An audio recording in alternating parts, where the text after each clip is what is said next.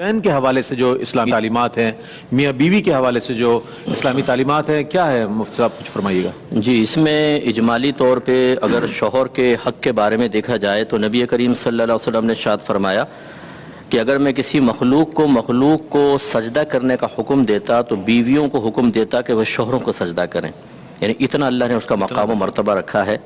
ایک روایت کے مطابق کچھ والدین تھے، وہ اپنی ایک بچی کو لے کر آئے کہ رسول اللہ یہ شادی نہیں کرتی ہے، تو رحمت کونین صلی اللہ علیہ وسلم نے اس کی وجہ دریافت کی تو اس نے عرض کی رسول اللہ صلی اللہ علیہ وسلم پہلے مجھے بتائیے کہ شوہر کا بیوی پر حق کیا ہے۔ رحمت کونین صلی اللہ علیہ وسلم نے فرمایا کہ شوہر کا یہ حق ہے کہ اگر اس کا پورا جسم خون اور پیپ سے بھرا ہو اور عورت اپنی زبان سے چاٹ کر اس کو صاف کر دے تب بھی اس کا حق ادا نہیں کر سکتی۔ مراد یہ ہے، یہ تو ایک حصی مثال دی سرکار نے جو قابل کراہت ہے، یعنی بظاہر کراہت آتی ہے، مراد یہ ہے کہ شوہر کی طرف سے کتنے ہی ناپسندیدہ معاملات ہوں، بیوی کو صبر و تحمل سے کام لینا ہوگا۔ تو اس بچی نے کہا یا رسول اللہ بس یہی بات ہے کہ میں اپنے آپ کو نہیں سمجھتی کہ میں یہ حق ادا کر سکوں گی۔ تو رحمت کونین صلی اللہ علیہ وسلم نے اس کے والدین کو پھر منع کر دیا کہ اس کو فورس نہ کیا جائے۔ تو یہ تو ایک اجمالی شوہر کا ایک مقام مرتبہ، اور اسی طرح خواتین کے لیے نبی کریم صلی اللہ علیہ وسلم نے اپنے آخری خطبوں میں ارشاد فرمایا کہ اللہ تبارک و تعالیٰ نے میں تمہیں عورتوں کے معاملے میں اللہ سے ڈراتا ہوں کہ اللہ تعالیٰ نے اس کمزور مخلوق کو تمہارے تابع کیا ہے، تم ان کے بارے میں ہمیشہ اپنے اللہ سے ڈرتے رہنا۔ تو یہ ایک اجمالی طور پہ دو تعلیمات ہمارے سامنے ہیں کہ شوہر کا بڑا حق ہے اور بیوی کے معاملے میں ڈرتے رہیں۔ اب اگر ہم تھوڑی سی تفصیل میں جائیں تو بیوی کا حق یہ ہے کہ شوہر اس کو نان نفقہ دے، جس میں کھانا پینا، لباس اور رہائش داخل ہے۔ رہائش کا تصور یہ ہے کہ اگر جوائنٹ فیملی بھی ہے، ایک روم اگر وہ ایسا دے دیتا ہے جس میں لڑکی اپنے پرائیویسی کی حفاظت کر سکتی ہے تو یہ کافی ہے، اور اگر ایسا نہیں ہے تو پھر ایک الگ رہائش اس کو لے کر دینی ہوگی، اور لباس اور کھانا پینا۔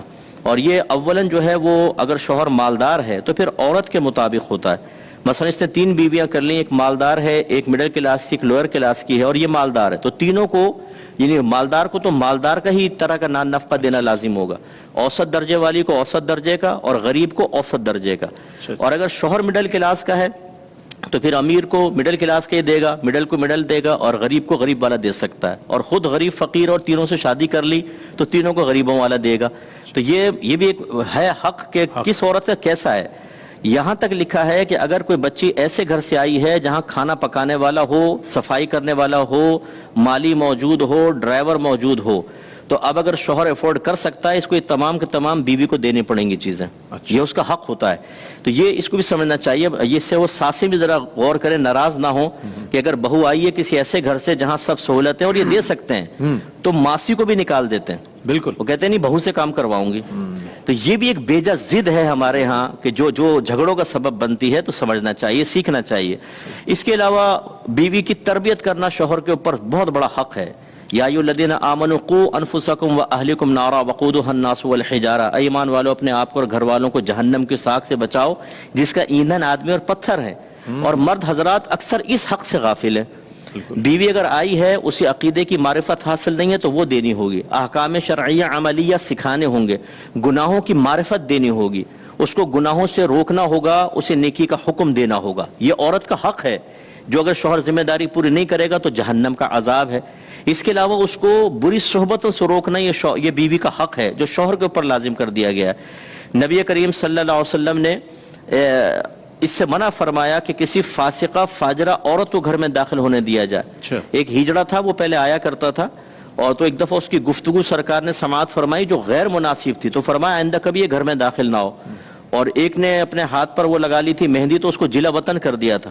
تو یعنی گھر کے اندر صحبت میں یہ دیکھنا ہوگا۔ اس لیے اعلیٰ حضرت امام اہل سنت نے لکھا کہ اگر شوہر کی بیوی کی بہن یعنی سالی سسٹر ان لا وہ فاسقہ فاجرہ ہے تو شوہر پر واجب ہے کہ اپنی بیوی کو اس سے ملنے سے روکے، کیونکہ اس کی بری عادت اس میں سرایت کر جائیں گی۔ اور شوہر کے حقوق اگر دیکھا جائے تو ایک تو یہ کہ عورت اس سے ذرا دھیمے لہجے میں گفتگو کرے، اکڑ کر بات کرنا، سخت لہجے میں گفتگو کرنا، اس کی تحقیر کرنا، توہین کرنا، غلط قسم کے الفاظ۔ ایک شوہر نے مجھے باہر سے بڑے مظلومانہ انداز میں کہا کہ یار مفتی صاحب آج تو میری بیوی نے منہ پہ تھپڑ مار دیا۔ میں نے کہا بیٹا صبر ہی کر کیا کر سکتے ہیں، یہ تم نے ہی سارا یہ خود کیا ہے۔ صبر پر اجر ہے مفتی صاحب؟ ہاں بالکل، بہت اجر ہے اس میں، تو بڑا ہی اجر عظیم ہے۔ اسی طرح گالیاں دینا شوہر کو، اور اسی طرح اگر شوہر جسمانی تعلق کے لیے بلائے اور کوئی شرعی عذر نہ ہو، کوئی شرعی وجہ، تو عورت کو ماننا واجب ہے. نبی کریم صلی اللہ علیہ وسلم نے ارشاد فرمایا اگر شوہر بیوی کو اپنے پاس بلائے اور بیوی انکار کر دے تو پوری رات فرشتے اس پر لعنت کرتے رہتے ہیں. اور ایک روایت میں فرمایا کہ جب تک وہ رجوع نہ کر لے اس پہ لعنت ہوتی رہے گی. یہ بھی بہت سخت بات ہے. اس سے ہماری بہنیں درس حاصل کریں جو اپنے مطالبات منوانے کے لیے ایموشنل بلیک میلنگ کا ایک یہ طریقہ اختیار کرتے ہیں. مجھ سے بات نہ کرو, کچن میں نکل جائیں گی, شوہر اظہار محبت کرنا چاہے روڈلی رویہ رکھ لیں گی, کروٹ وہ بیچ میں تکیہ رکھ دیں گی, گاؤ تکیہ, ایک بارڈر قائم کر دیں گی قریبی نہ آئے. اب وہ شوہر بیچارہ تڑپ رہا ہے, وہ بھی جانتی ہیں کہ شوہر جو ہے اس کو اسی طرح میں قائل کر سکتی ہوں, لیکن یہ نہیں سوچ رہی کہ پوری رات فرشتے لعنت کرتے رہیں گے اور اسی حالت میں مر گئی تو کیا انجام ہوگا.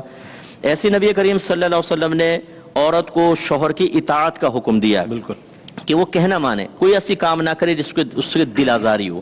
ہاں بس یہ جیسے حضرت نے بھی بیان فرمایا ماں باپ کے حق جو آپ نے پوچھا شوہر کا بھی, ان تمام حقوق میں ایک بات بس یاد رکھنے والی ہے کہ اس وقت تک اطاعت ہوگی جب وہ اللہ تعالیٰ اس کے رسول کے حکم کے خلاف حکم نہ دیں. صحیح, کیونکہ نبی کریم نے منع فرما دیا کہ اللہ تبارک و تعالیٰ کی معصیت میں کسی مخلوق کی فرما برداری جائز نہیں. اس میں اگر ماں باپ گناہ کا حکم دیں یا شوہر بیوی کو حکم دے, مثلا پردہ نہ کرو. ایک خاتون نے کہا میرے شوہر کہتے ہیں میرے دوستوں کے سامنے بے پردہ بیٹھو.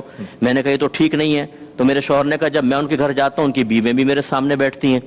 یعنی کتنی زبردست دلیل دی ہے اس نے, دیکھیں کہ بھائی وہ جب دعوت نظارہ دے رہے ہیں تو تم بھی اس کے لیے راضی ہو جاؤ.